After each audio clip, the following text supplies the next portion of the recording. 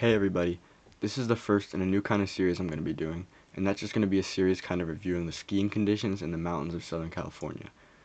More specifically, that's going to be the San Gabriel and San Bernardino mountains, but I won't spoil too much of what I have planned. In this episode, we're going to be taking a look at Big Bear Mountain Resort, which is in my opinion one of the most unique and bizarre ski areas in the country, so I'm going to be giving it a comprehensive review as well as some thoughts on its standing and future. Let's get right into it.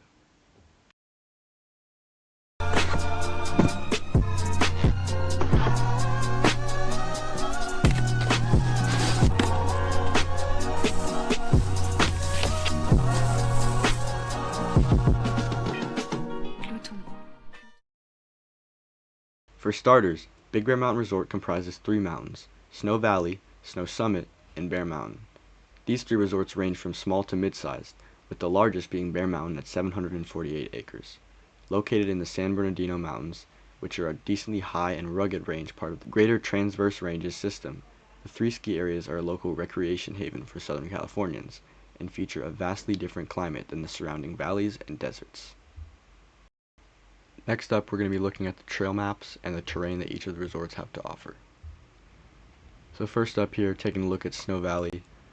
Snow Valley is interesting because it's more of a front to back kind of resort. So there's kind of a front peak and then a middle valley area and then this area at the top called Slide Peak. And so Snow Valley, there's a little bit less parking than the other two resorts. The base area is a little less developed, but it's still good for beginners to learn. You have a pretty big learning area over here, and they offer lessons and a learning center. And then besides that, Snow Valley is largely blues.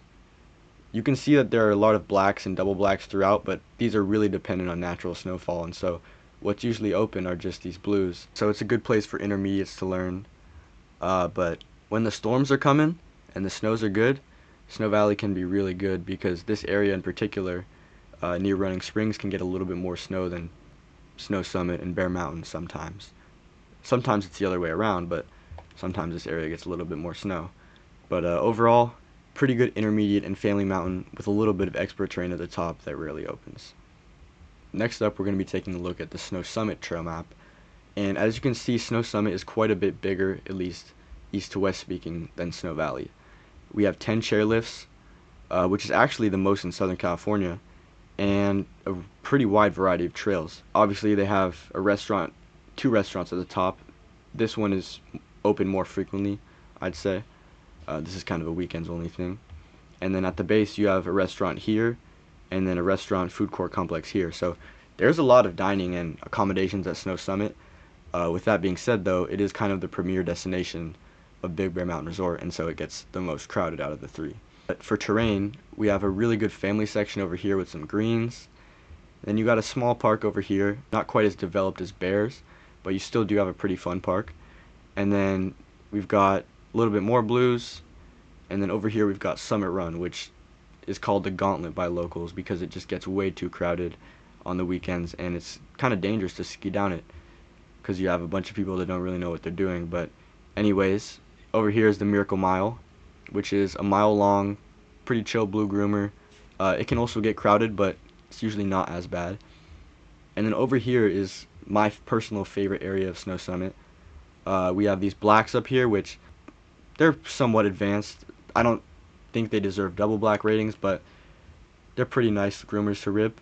And then we have this black and blue terrain over here, which is open a little less, but when the mountain's crowded, this is where you want to be. It's super nice. There's never long lift lines.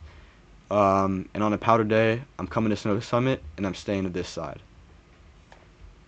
Next up, let's take a look at Bear Mountain. So Bear Mountain actually has a pretty big lodge with a couple of different restaurant complexes at the base, and then a small outpost up here. So while it has a little bit less development than Snow Summit, it's still pretty nice, and certainly is in better shape than Snow Valley in my opinion. And Bear Mountain is so interesting because it has such a wide range of terrain to offer. So starting over here, this whole side of the mountain is pretty much all park terrain.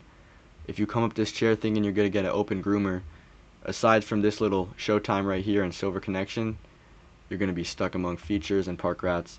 But it's really good. Definitely the best park in Southern California. And if you're a park rider, you're going to want to go to Bear.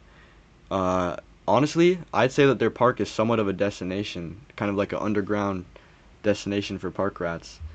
And so that's how they support the Sunday at the Park series, which is the clip I put at the beginning of the video, where they have every Sunday pro riders and semi-pro riders hitting their park because it's pretty developed. They have a 13-foot half pipe, Red Bull sponsored features. Anyway, over here we have some intermediate terrain, and then some beginner stuff, and then Geronimo, which is a somewhat advanced groomer. This is the place you want to be if you're a better skier or if you want to avoid the crowds. However, just like all the other Big Bear resorts, it can get crowded on weekends. And then Bear Mountain, actually, these canyons in here, when there's enough snow, these are all open by patrol and skiable. And this one in particular, Deer Canyon, is really nice sometimes. And you can see that there's actually kind of a cat track at the bottom following a creek bed. And people go in here often, even when it's borderline skiable. And so Bear Mountain actually does have somewhat of off-piste terrain offerings. Next up, let's talk about the snow and weather conditions of Big Bear Mountain Resort. And here's where things start to get really interesting and weird, like I mentioned earlier, the invariability. While Big Bear Mountain Resort claims an average annual snowfall of 150 inches, every single year it is vastly different, and thanks to climate change, this trend will only worsen with time. In some years, such as 2017-18, the resort can see snow totals lesser than 40 inches, and is forced to rely largely on artificial snowmaking. But in other years, like 2022-2023, the three mountains can see snow totals greater than 200 inches, which can compete with that of resorts in the southern Rockies and Arizona. The snow may not always be great quality, but sometimes skiing at these mountains can be genuinely great. You can ride off-trail when there's enough snow is present, mainly at Bear Mountain, and it feels like you're much further north. However, due to the constant climate sways, skiing and riding quality at the three mountains is highly invariable, and sometimes borderline unviable, even in the peak of cold temperatures in January. For these reasons, similar to the Poconos out east, the resorts have invested heavily in snowmaking over recent decades. Before planning a trip to Big Bear, make sure you are aware of the snow conditions and weather. During extreme heat waves, temperatures can remain above 60 degrees Fahrenheit for days at a time, which makes overheating in the wrong clothes a genuine possibility. As for the roads, there are many different ways into the towns surrounding Big Bear Mountain Resort's three ski areas. The most common route, Highway 330, runs from Redlands to Running Springs, winding up the San Bernardino front country until it reaches the small mountain town which neighbors Snow Valley. Highway 330 is a somewhat windy and treacherous road, and due to recent wildfires, may be covered in mudslide debris during heavy storms. If you can, avoid this route during heavy precipitation until the area is revegetated. Next up, you have Highway 18, which runs along the southern edge of the mountains through several small towns. This route is usually in slightly better shape than the 330, which it consumes when it meets it in Running Springs, to take you to Snow Valley and the Big Bear Valley. Highway 18 continues from Running Springs until it reaches the rim of the world, and here you will find an extremely dangerous and sometimes impassable roadway referred to by locals as the Arctic Circle. The next major route into Big Bear is State Route 38, which goes through the Santa Ana River Valley adjacent to the high Mount San Gorgonio, the most snowy point in California south of the Sierra Nevada. This route is actually a little more relaxed than the other two. However, up towards Onyx Summit at the top, it can get dangerous, so it's important to stay educated on weather and road conditions as you plan and encroach your trip to Big Bear Mountain Resort.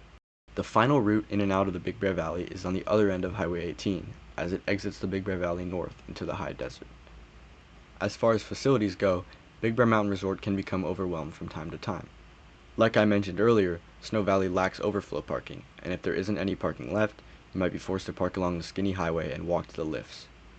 Snow Summit and Bear Mountain do have decently sized lots, but they still overflow due to the sheer amount of visitors on weekends, and you'll find yourself having to take a hot bus over from a muddy, pothole-filled dirt lot a few miles away. This is one of the most common gripes about Big Bear Mountain Resort's mountains: the crowds. They are truly a sight to see. On a peak Saturday, lift lines can look like something out of a Vail-owned resort, especially if snow conditions are good. Along with inexperienced skiers and riders, sightseers and even snow players may crowd the resort's base areas and nearby communities, making them frustrating and difficult to navigate through at times. It is for this reason that many more experienced skiers avoid the mountains entirely and make the drive further north to the eastern Sierra or Tahoe areas to get their turns in. Snow Valley and Snow Summit are open for night skiing until 8:30 on most Fridays and Saturdays. Thanks to all three mountains' unique locations, they all have quite incredible views from the top, especially on a very clear day.